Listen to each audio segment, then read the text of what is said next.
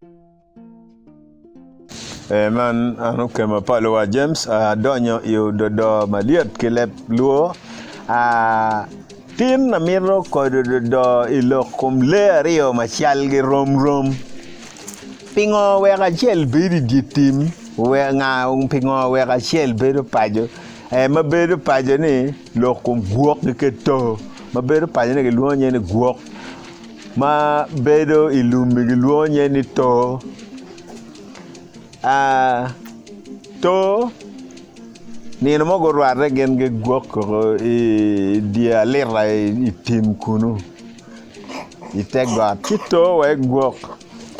man ini bino ka ngoya ana bino ka dwa ni mani romo kumi gi wori lum go mani kai dog gange timi ni we olo mara modi chogo angiyo ke de ko bene no we mer bene in no man no mer bino ko kany wan wa bet kany chi Gwok wa wi to bedo gang met ma petwere bedo gang met rada ya met mo mer kong wa chet kedi chi joni makono to makono Gwok ye ni konga gine ni jono bino ko mabe mere tan jono o ko chok chi to wa chi anba mani wa chet kedi ana pie ko we die kalkuno pa betio an ko agi ko wi bia luiri kan ko neno akerlo wa ko neno kita in bidu ni tie ko de paju kuja ka wa do ngela chen wanu bi ripe ka be di gang kunu pieni wa bedu ne mer ada Gwok o gang ke jolo wiye Gwok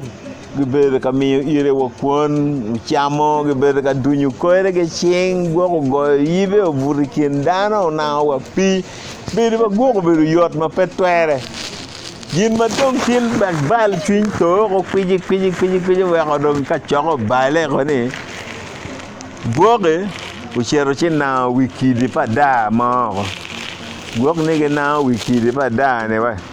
da cha remo uto komo ne ko Gwok Gwok ko ma tek ma i fino tono rio mano ot to we o be di gang pak to rio doko ke lum we ke neno to chengo ke ne ke wa to la tal no bino ka luo Gwok piano na to ma Gwok be ye let ma de wuju Gwok wa to ni uchanya ko to la tal ka ro bino ka luo Gwok nen jalo wot fa wa ene chidong Gwok pa ye dok ilum kiro gira to mege gang to we mege petwer ka dong kibber gang e kiren endong pe bino o mio to gu pore gen ge Gwok we chawa eni ka pe Gwok mo mage per mo ma pare kai o ilum Gwok pe be ma ko idi to Gwok po be guru to ka go no nge ge ngwera ke ken ge nguru le pe gen ge nge ken ge cho we ko watin ene logo gik ko kenyo man ena ye Ododo ma chek ma tamani umier luneno gen gunen guwinyi to kwero bino gang kalugo ko Gwok pe twom ma Gwok pe ye kasier dai pajo Ododo na gik kenyo abi mede ki mukene